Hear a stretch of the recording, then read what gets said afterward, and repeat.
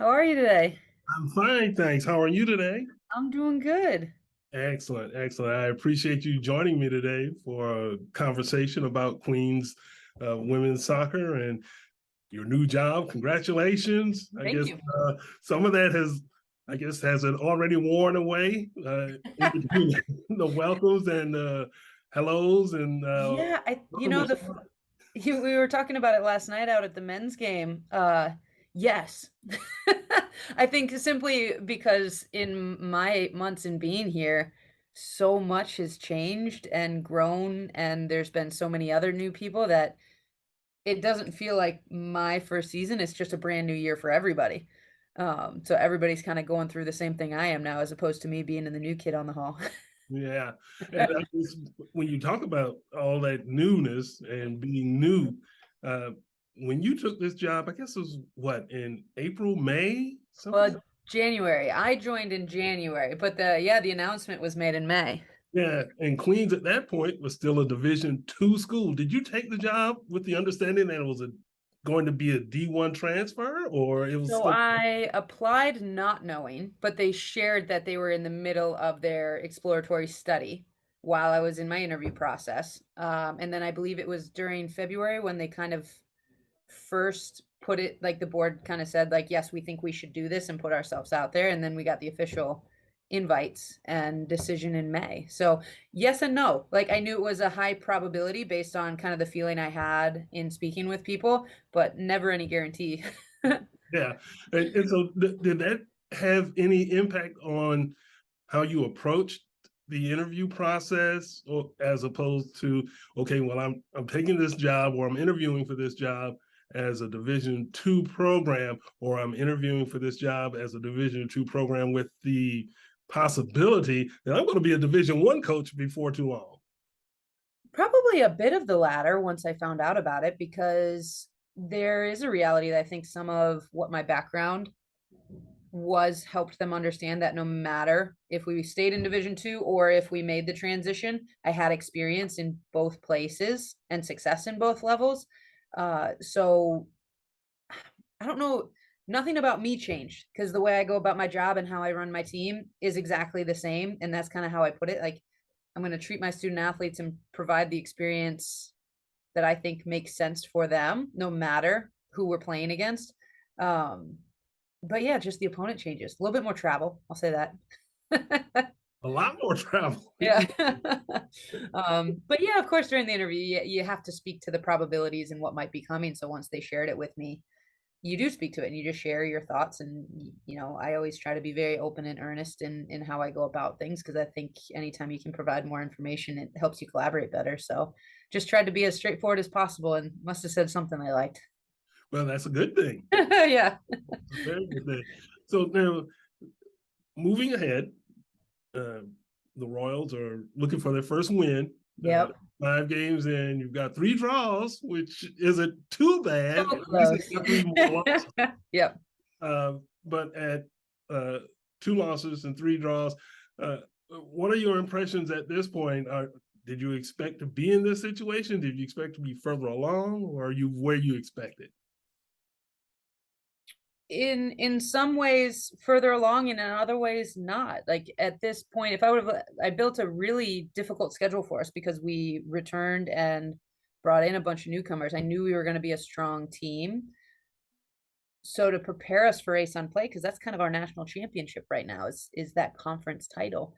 So I didn't shy away from any tough matches, anything that was kind of available and I thought was going to give us a good challenge to help us grow, to help us learn about ourselves, so that hopefully when we get into ace on play next weekend, we've learned a whole lot of lessons and we've taken a lot away from that non-conference play, so that we're better prepared once we're in conference play. Even this past Sunday, I think, is a great example. We managed an extremely chaotic game that we hadn't really experienced before in regards to the environment, the emotion, and some of the things that weren't in our control having high impact in our space. And it was a heartbreaker. You give up a goal in the final minute of play. I think everybody, no matter how much you don't want it to be about that first win, it's always there. So it's like you're right on that precipice of grabbing it, and then you concede a PK call. And those are crushing. You know that you're supposed to get scored on in that moment. So we drew again, but we're right on the edge. I'm really proud of the group. There's a lot of things that I knew about us that are presenting wholeheartedly in regards to their fight, how they go about things, the build of the culture that we're trying to instill, and how it's impacting our on-field and off-field play and response. Because they're a hungry group and they've really stayed on it, even though we haven't gotten that first win yet. So that's something that my staff and I have talked about quite a bit this week. Like, we're really proud at where they are and how they're going about themselves, because it'd be really easy for this group who's won a lot in the past to make this transition, not get over that hurdle quite yet, be right on the cusp and be like, throw your hands up, take your toys and go home.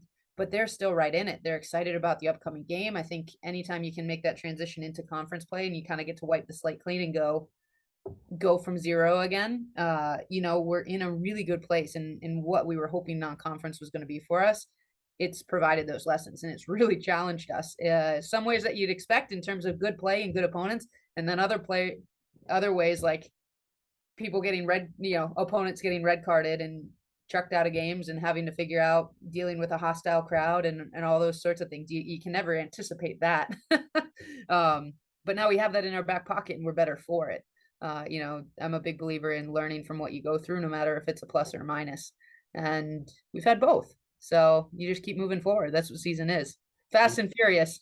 And you're only 5 games in, so Exactly. No, I know. We've gone through so much already in our short tenure.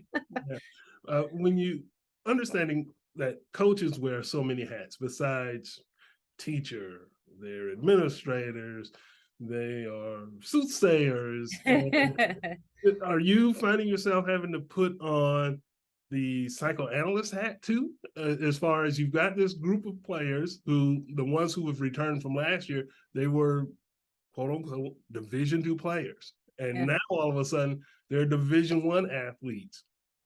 Your newcomers, coming out of high school, maybe they signed up for a different experience, and now all of a sudden they're thrown into that same cauldron. Do you find yourself having to help your players understand, look, it's still just soccer.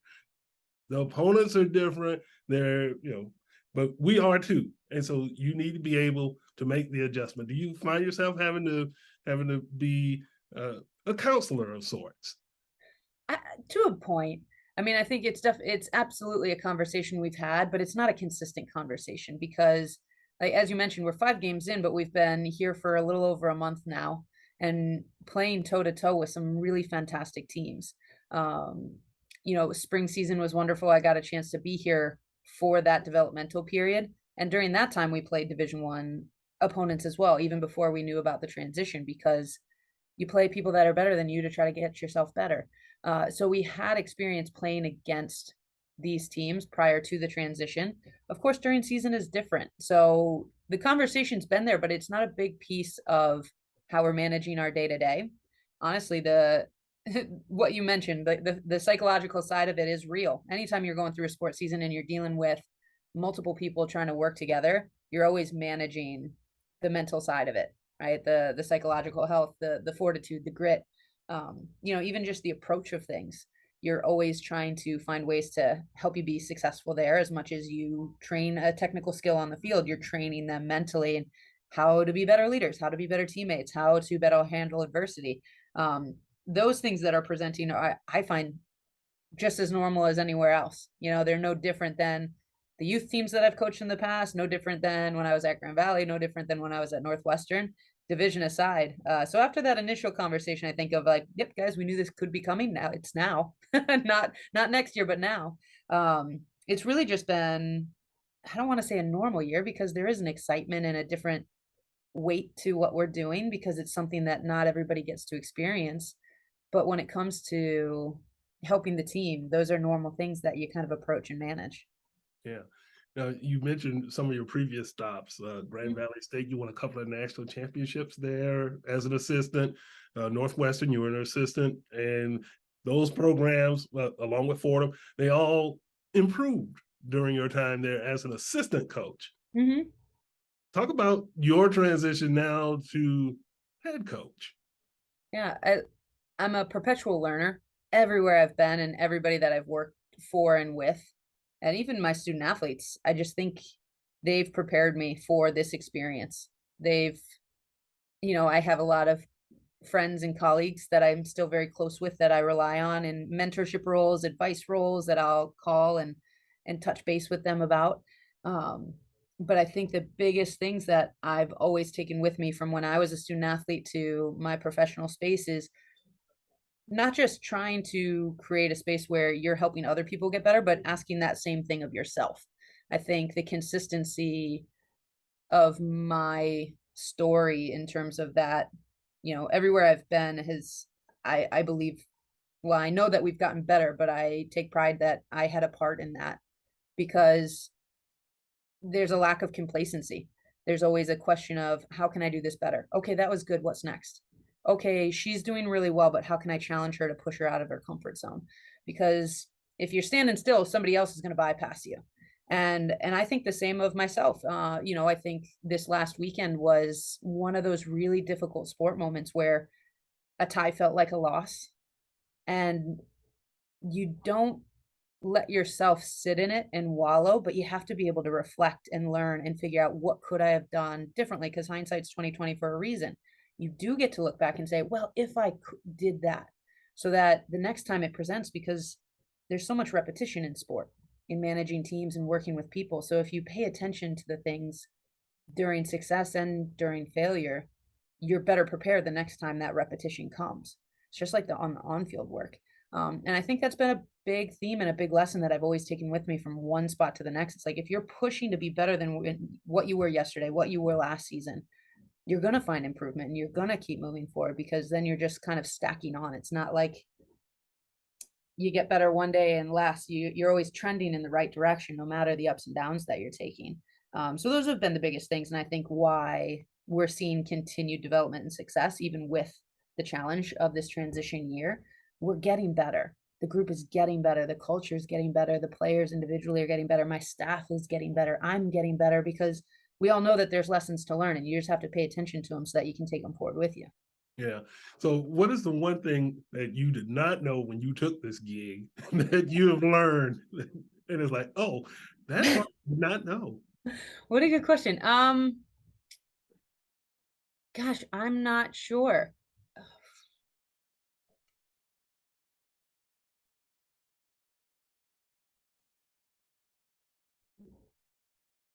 I think maybe one of the things that's been most surprising is not necessarily about my job, but maybe how few people know what Queens is. And I guess that's a part of, well, it absolutely is a part of the transition is to broaden that brand and to expose people to us. But sometimes I am shocked when people are like, wait, where's Queens? Is it in Wait, New York? wait, wait. So you now you're going Division 1. Well, yeah, we're 5 games in actually. Yeah, and you get New York. There's a Queens in Canada, like all those things. I think that's been the biggest surprise because in my history in athletics, I've known and kind of been a fan from afar. So when the job opportunity presented, I jumped at it wholeheartedly, and so I've kind of known what this place was and was excited about the opportunity to kind of get involved and be a part of it. So I think that's been the biggest thing is that there's still such a bigger platform to showcase really how special this place is and what the department has been doing in the past and what we're doing now transitioning into Division 1. I just think there's so much here to offer young people and even to our staff and somebody like myself. It's a special place. So sometimes when I come across people who don't know who we are, I'm still surprised by it. Yeah.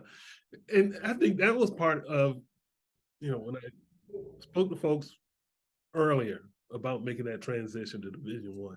That Mm-hmm. was the thing that always stood out. No matter who I talked to, the conversation always came back to raising the profile. Mm-hmm. And you know, truth be told, there are a lot of people in Charlotte who don't know exactly what Queens is in terms of they've heard of the school, yes, athletics, maybe men's basketball, but Queens has a ton of athletic programming going on, and women's soccer is on the come up, as folks like to say.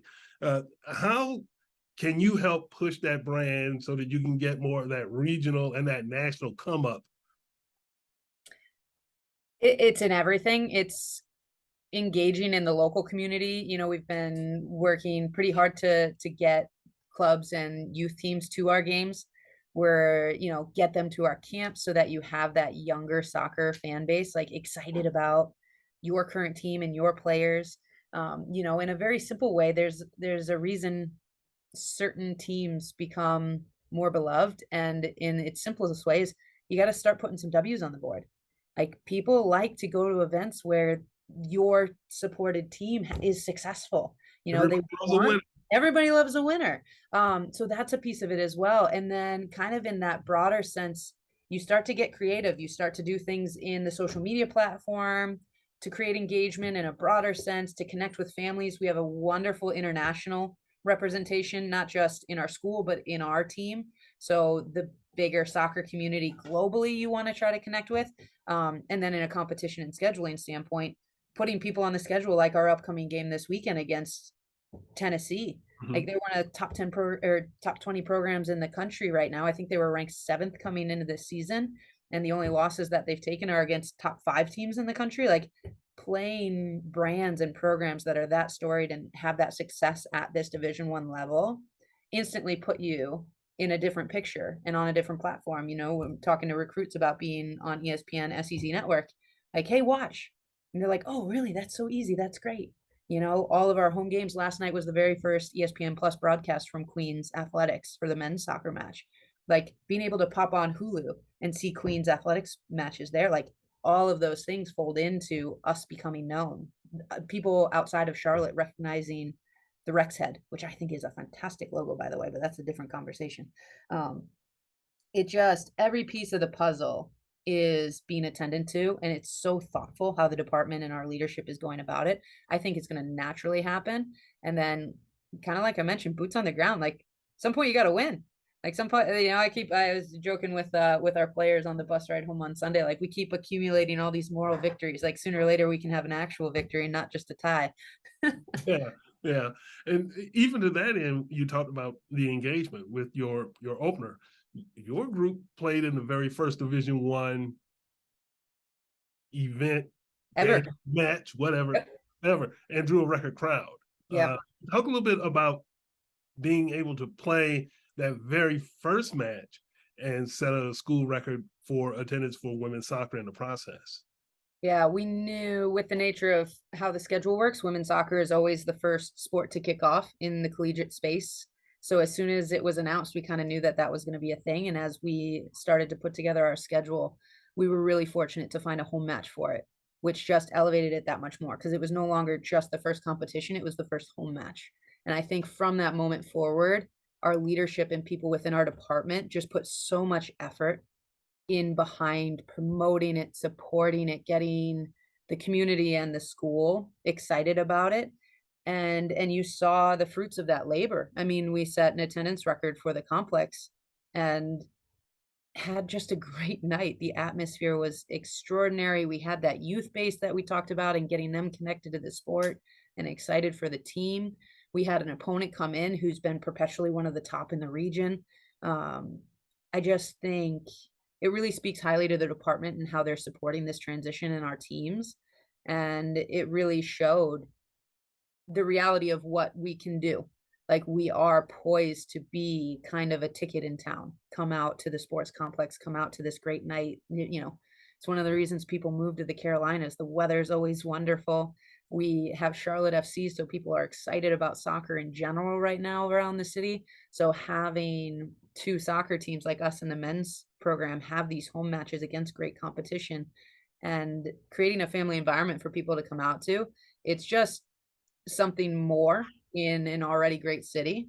And we were just fortunate, quite frankly, to be the first one there and to have the chance to kick it off. Like, it's something that I'll always remember in my career, and hopefully our players do as well, because it was a special night and something I'll always remember.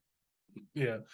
And when you talk about soccer, you mentioned Charlotte FC, and that is, when you're talking soccer in Charlotte or the Carolinas, that seems to be the place everybody goes. But in a different way, in a different space, women's soccer in North Carolina has been especially strong over the years, and now that Queens is Division 1, How can you fit into that space? And is there enough love to go around for women's soccer in this region? Well, the short answer is yes, but as you can tell, I like to explain myself, so I'll continue Well, on. go ahead and explain it. No, it's something, it's a point of pride, right? Like the sport down here, women's soccer in the United States has always been something extraordinary. It's been something different. It's always been on the cusp of pushing the narrative of women in sports in our country and even in global competition. And when you look at what soccer, football, and the rest of the world is, there's more than enough to go around and still more coming. You know, the highest attendance rates at Wembley this year were for women's matches. The top selling tickets around the European club circuits right now are for women's championships matches. The NWSL has more teams than it ever has, with more female owners than it's ever had.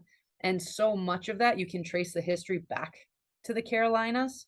You know, obviously, I think everybody knows UNC in particular is a big catalyst for that. But then you look at the programs like NC State, Wake Forest, Duke, Dude, UNCC, Davidson. I mean, and then you go into South Carolina and the Woffords and the Gardner Webbs and gosh, there's too many to name really. UNC Wilmington, who we opened with, like there's so many fantastic programs right in our backyard. It just is fun to be in this space because you are around that lineage that kind of kicked off a lot. You know, people, there's a reason Anson Dorrance is a bit of a household name in athletics, not just soccer. And it's because he was a part of that national team program and the UNC team that really built a lot of what we're standing on. And it sounds a little trivial and far-fetched, but we're a Division I program playing at this level right now because of what they started all those years ago. You know, our athletic department is, I think they said it's 37 years old or something in that space in terms of varsity athletics. And women's soccer started, they had their first season in 1989, you know, so we're young in the scope of Carolina soccer. But I think that's why it's exciting. It's why people are kind of like on board with Charlotte FC because there's a great passion for the sport and there's a great opportunity. Like the more the better. Like I think if anything you can learn from what's happening in soccer in the world right now is that there's absolutely a market for more teams and for more exciting teams as long as you have a good product to sell. And Queens is absolutely that. And you know, I'm very biased, but our young women on our team are extraordinary. They're absolutely a picture of, you know, a role model that young girls and boys can look up to and in who they are, who they're becoming. We have young women that want to coach. We have some that want to play professionally post graduation. Like they're fantastic, and it's built on a little bit of what started right here in the Carolinas in the soccer space, especially in the U.S. you know, and understanding that you talked about Tennessee, and that's your opponent this weekend. Yeah, That's Saturday, Sunday. Sunday, Yep, Sunday's game. Sunday. Okay. Yeah, there's a lot going on Sunday. But when you talk about a program like Tennessee and you want to make your mark, how big is that Tennessee game? And what do you tell your players, if anything, about going to Knoxville and taking them on? Yeah, I think it's natural to circle a match like that on your calendar because it's special. Not everybody gets to go and play against the Power Five schools in the country. There are in women's soccer 348, I believe now, because there are five brand new programs this year. Teams at the Division I level, you only get 20 games a season if you max out your regular season scheduling. So you don't get opportunities to play teams at that caliber all the time. So it's natural that it feels like a special opportunity because it absolutely is. And that's okay to have that conversation and to understand that we're going to go out there and play against some players that are in the national team program and, you know, a group that's favored to compete for an SEC title and were champions last year. I think that's a recognition of the platform that we're on now. It's the stage that we're on. And I'll never shy away from an opportunity of putting our players against those opponents because you learn the most that you can when you're playing against the best. And it's also a challenge for our staff because just like every game you go into, you watch your opponent, you learn who they are, And then you say, okay, for us, how do we tactically go about this group? And how do we teach it to our team so that we can set ourselves up for potential success? And that's how we're going about it this week as well, just as we did the week before. Yeah.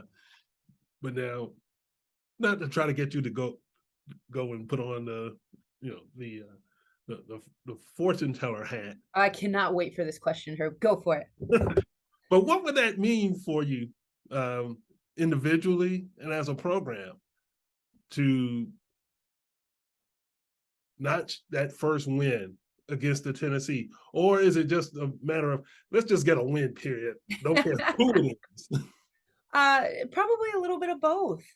I mean, there's a reason you go and you play matches against teams that are better than you, and it's so that you can see if you can do it, right? Not just, go out there and try your best. You go out there with the intention of winning, because why would you go about it any other way?